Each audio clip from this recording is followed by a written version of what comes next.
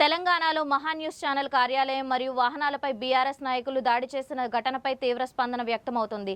ఈ దాడిని ఖండిస్తూ రైల్వే కోడూరులో గాంధీ విగ్రహం వద్ద ప్రింట్ అండ్ ఎలక్ట్రానిక్ మీడియా విలేకరులు నల్ల బ్యాడ్జీలతో నిరసన తెలిపారు.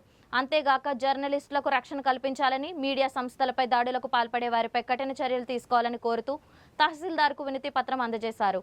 ఈ కార్యక్రమంలో పండ్రా ప్రసాద్, సుగువాసు రాజశేఖర్, ముక్కార వేణుగోపాల్ చౌదరి పాల్గొన్నారు. మీడియాపై దాడి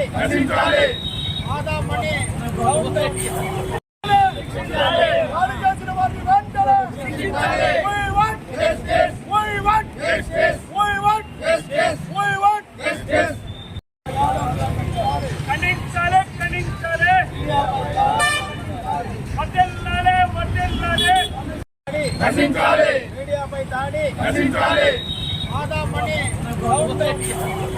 జులుం కలం కమరాలపై జులుం కలం కమరాలపై జులుం కలం కమరాలపై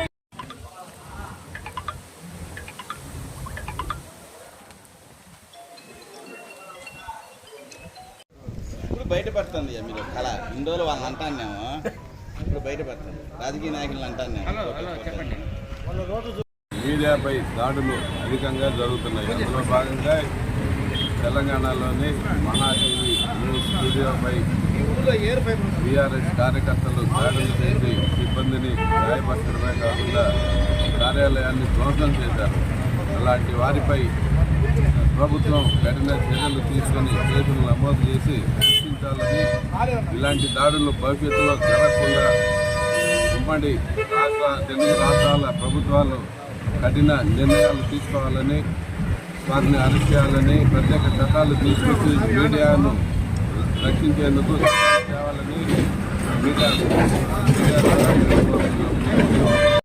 న్యూస్ ఛానళ్లపై దాడి చేయడం, కార్లు ధ్వంసం చేయడం, అలాగే సిబ్బంది మీద దాడి చేయడం హేమాలయం చర్య. దీనికి నిరసనగా రైల్వే కోడూరు గాంధీ విగ్రహం వద్ద ఈరోజు నల్ల బ్యాడ్జీలు ధరించి జర్నలిస్టులు అందరూ కలిసి నిరసన వ్యక్తం చేయడం జరిగింది. ఇలాంటి దాడులు పునరావృతం కాకుండా ప్రభుత్వాలు చర్యలు తీసుకుని జర్నలిస్టులకు, మీడియా ఛానల్ యజమానులకు రక్షణ కల్పించాలని కోరుకుంటున్నాం.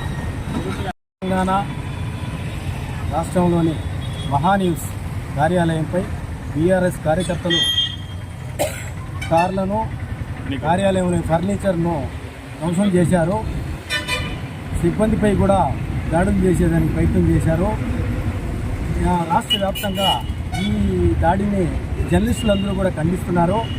కాబట్టి ఎప్పుడు కూడా మీడియాతో సన్నిహితంగా ఉండాలి. కాబట్టి దాడులు చేయకూడదని చెప్పి చాలా వరకు రాజకీయ పార్టీలు కానీ, ప్రజాస్వామ్యంలో ఉండే స్వచ్ఛంద సంస్థల వాళ్ళు కానీ ఇవన్నీ కూడా తీవ్రంగా ఖండించాయి.